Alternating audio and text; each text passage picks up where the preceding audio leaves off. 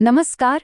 एक डॉक्टर होने के नाते आज मैं आपसे एक ऐसी मेडिकल इमरजेंसी के बारे में बात करने जा रहा हूं जो हर साल न जाने कितनी जानें लेती है, लेकिन फिर भी हम इसे अक्सर हल्के में ले लेते हैं। इसे हम हीट स्ट्रोक कहते हैं। आज के इस एक्सप्लेनर में हम समझेंगे कि आखिर मानव शरीर का अपना इंटरनल थर्मोस्टेट या तापमान कंट्रोल करने का सिस्टम अचानक से फेल क्यों हो जाता है, और अगर ऐसा हो तो हमें तुरंत क्या करना चाहिए। अब आपको शायद लगता होगा कि हीट स्ट्रोक तो बस गर्मियों में बाहर चिलचिलाती धूप में होता है, राइट? बिल्कुल नहीं।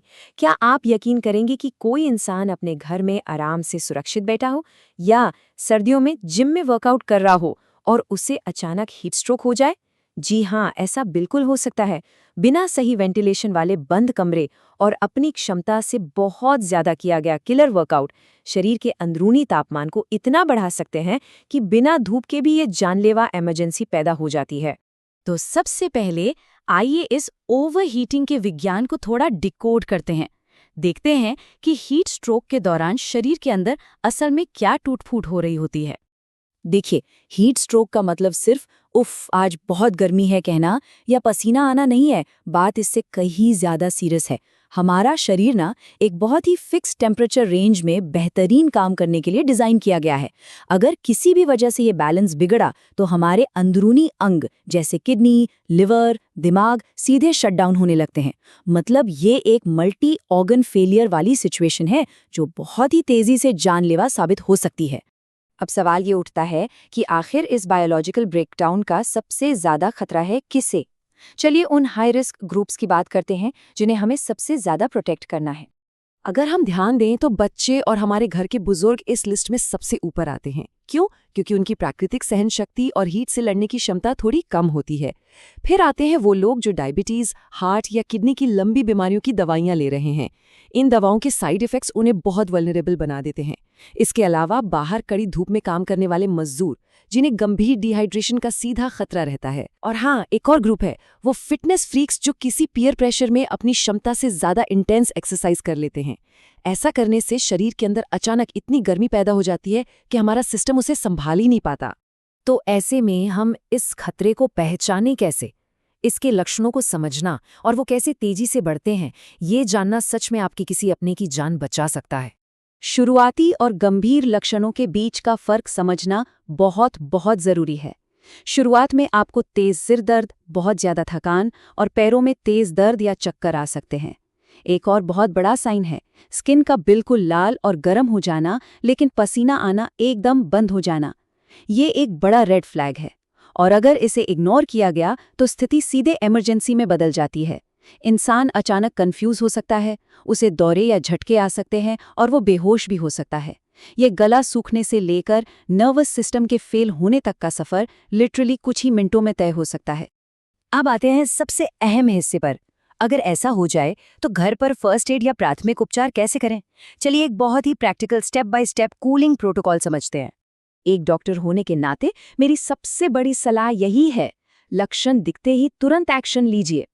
सबसे पहले बिना देरी किए मरीज को तुरंत किसी ठंडी या छायादार जगह पर ले जाएं। दूसरा स्टेप, उनके शरीर पर अगर कोई बहुत टाइट या एक्स्ट्रा कपड़े हैं तो उन्हें हटा दें। तीसरा, पंखे, एसी या कूलर को फुल स्पीड पर कर दें ताकि हवा का फ्लो मैक्सिमम हो। और चौथा, जो सबसे क्रिटिकल है, मरीज को ठंडे पानी से नहलाएं या फिर उन्हें ठंडे गीले तौलिए या कपड़ों से अच्छी तरह ढक दें। यकीन मानिए, शरीर का तापमान तुरंत नीचे लाना ही अंगों को फेल होने से बचाने का इकलौता तरीका है। फर्स्ट एड में एक बहुत ही असरदार मेडिकल तकनीक है जिसे हम पल्स पॉइंट कूलिंग कहते हैं। ये सच में एक गेम चेंजर है। आपको बस इतना करना है कि ठंडे पानी की पट्टियां या आइस पैक्स को मरीज के अंडर आर्म्स यानी बगल और ग्रोइन एरिया यानी जांघों के आसपास रखना है। इन पल्स पॉइंट्स पर ब्लड वेसल्स स्किन के बहुत करीब होती हैं, तो यहाँ से पूरे शरीर का तापमान जादुई तरीके से तेजी से नीचे आता है। अब बॉडी ठंडी हो रही है तो हाइड्रेशन भी उतना ही जरूरी है, लेकिन यहाँ एक बहुत ही स्ट्रिक्ट मेडिकल रूल है, इसे ध्यान से सुनिएगा।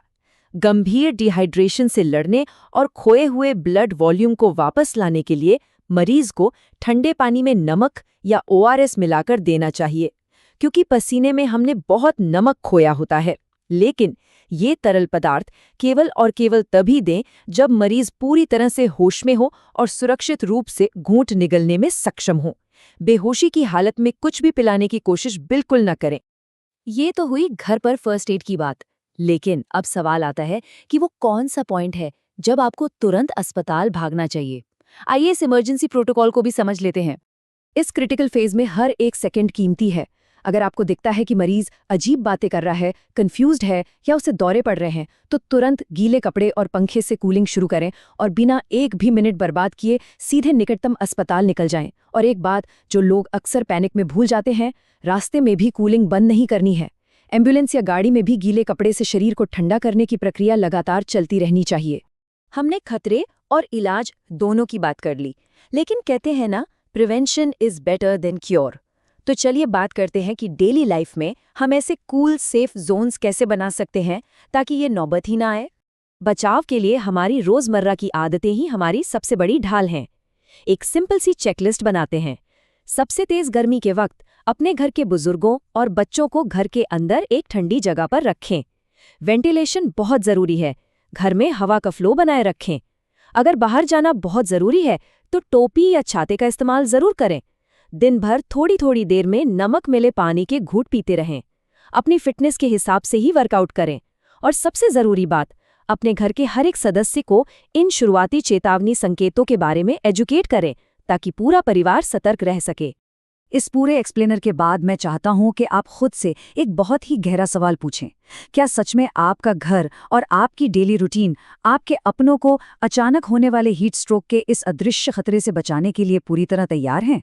समय रहते अपने आसपास के माहौल और आदतों का मूल्यांकन करें, क्योंकि जब बात हीट स्ट्रोक की होती है तो सही जानकारी और समय पर लिया गया एक्शन ही सबसे बड़ा बचाव है।